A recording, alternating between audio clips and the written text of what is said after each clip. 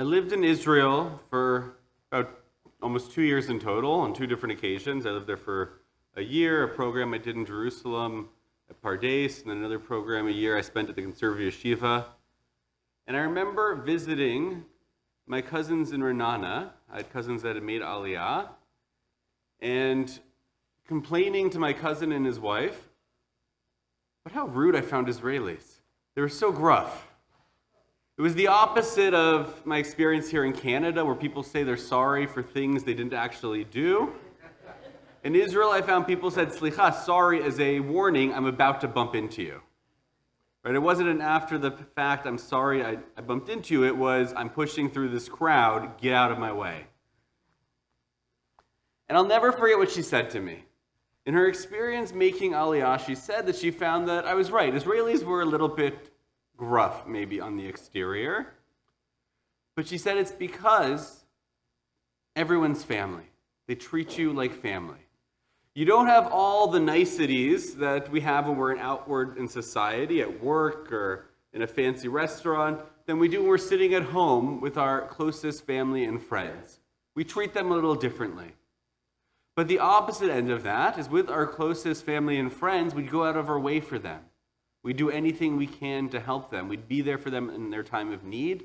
She said that's what she found living in Israel, was that people might be a little gruff on the exterior, but your neighbor will go out of their way for you. A stranger will stop and drive you out of their way if your car breaks down.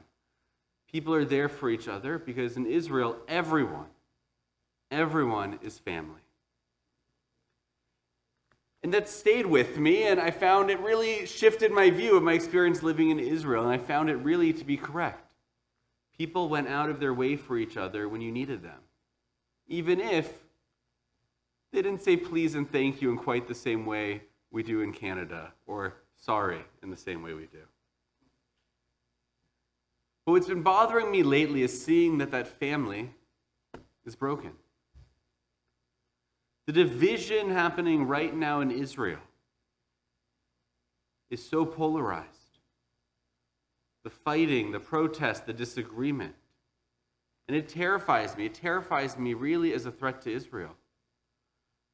In my lifetime, I don't think I've ever been so worried about the future of the Jewish homeland than seeing the division and anger between two different sides of Israeli society. Despite differences, Israelis always stuck together. And now we hear there's talks from some, thousands, about refusing to participate in reserve duty if the other side gets their way. Protests, violence, anger. I didn't see the news till after Yom Kippur, but some of you may have seen it. Erev Yom Kippur in Tel Aviv, in Dizengoff Square, there was a prayer space. An Orthodox group that violated city ordinances and the government's rules and court orders. And in their outdoor service, they had a mechitza, a wall splitting men and women. And liberal protesters, those who didn't want that happening in their city, in a public space, in a public square, not just protested with words, but actively fought to take down the mechitza. On Kol Nidre, Jews were screaming at Jews. Jews were pushing Jews. It's sad. Well, I don't support people flouting the law, and I don't support non-egalitarian prayer happening and being forced into a public square where it wasn't supposed to happen. As a big supporter of egalitarianism, I know what it's like to see people spitting on men and women trying to pray together at the Kotel, in the third egalitarian space, not in the men's space or the women's space, but in the third space that was built specifically for it. I know what it's like to have those that don't want it to happen to come in and push their way and force a mechitza, interrupt prayer services. And I'm sad that that happens to any Jew, and I know what that feels like. And I'm sad that those that in many ways I agree with participated in those acts to disrupt a prayer service. There has to be a way for us to come together, for both sides to be able to talk, to see each other, to see the humanity in each other. and their fellow Jews, their fellow Israelis. Because that's the existential threat. We often talk and we worry about outside threats, whether it's Egypt and Syria or Hamas or Iran. Throughout history, we've talked about the external forces that have destroyed and ransacked the Holy Land. The Romans, the Babylonians, the Assyrians, the Greeks. And yet, throughout our literature, throughout the prophets, the rabbinic literature, it talks all the time that the real result, or the real cause of so much of that destruction, would allow those outside forces to act in that way, was the strife and the arguments and the hatred of Jew between Jew, Israelite against Israelite. The rabbis tell us the temple was destroyed because of sinat chinam, baseless hatred. Just anger flowing through society. And that's what I fear. We need to be able to talk to each other. We need to be able to see each other. We need to be able to hear each other if there's going to be a future of our people in our ancestral homeland. On Sukkot, we talk about the 4 species, the etrog and the lulav, the hadass or myrtle, and the arava, the willow. And the rabbis tell us that it represents different types of Jews. The etrog is a person who studies Torah and fulfills the mitzvot, they say. The lulav is someone who studies Torah, who's interested in Jewish learning, but they're not so observant. They don't observe the mitzvot. The myrtle represents someone who does the mitzvot, but doesn't have much in the way of Jewish education. They're not focused so much on Torah study.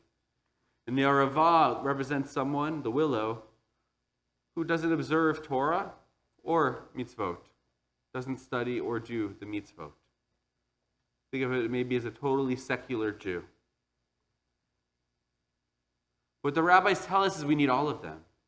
Any of those objects on their own has no meaning. You can't celebrate the holiday. You can't fulfill the act. You can't fulfill God's vision, the mitzvah, with just 1 or 2 or 3 of them. You need all 4. And the truth is, in our society, both abroad and in Israel, we need all 4.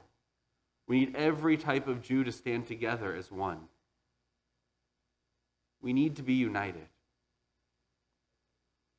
On Yom Kippur, we struck our chest and we said, Achet, for the sins we've committed. I've given my own fair share of sermons and spoken up here and in other pulpits about those I have disagreements with, whether it's in Israeli society or it's other denominations or in Jewish organizations, my own disagreements with their philosophies and approach. Today I want to say Al-Hate. Al-Hate if I ever added to the hatred and the anger within our communities. Al-Hate if I've ever added to the division with my words. We can and we should criticize and speak out, but out of love. We have to use our words and our deeds to bring Jews together. Secular, liberal, conservative, religious, we're one people. I see it all the time as we look down the denominations to our left as less Jewish than we are, and we look with disdain and anger at those standing to our right. Perhaps because we disagree with their beliefs, perhaps it's because we think they're doing Judaism in a way that's harmful. Perhaps also a part of it is to make us feel better about our own observance and our own levels by putting them down. We have to speak up, and we should speak up when we see things that are wrong. But we can't have sinat chinam, baseless hatred amongst our people, because the result of that is destruction for all of us. This Shabbat, this Sukkot, my prayer is simple. May we learn to embrace all the segments of the Jewish and Israeli society. May we learn to live together, to lift each other up, to support each other, to see the value in one another, to recognize that we need everyone, just as we need all 4 species to celebrate and to thrive. Shabbat Shalom, Chag Sameach.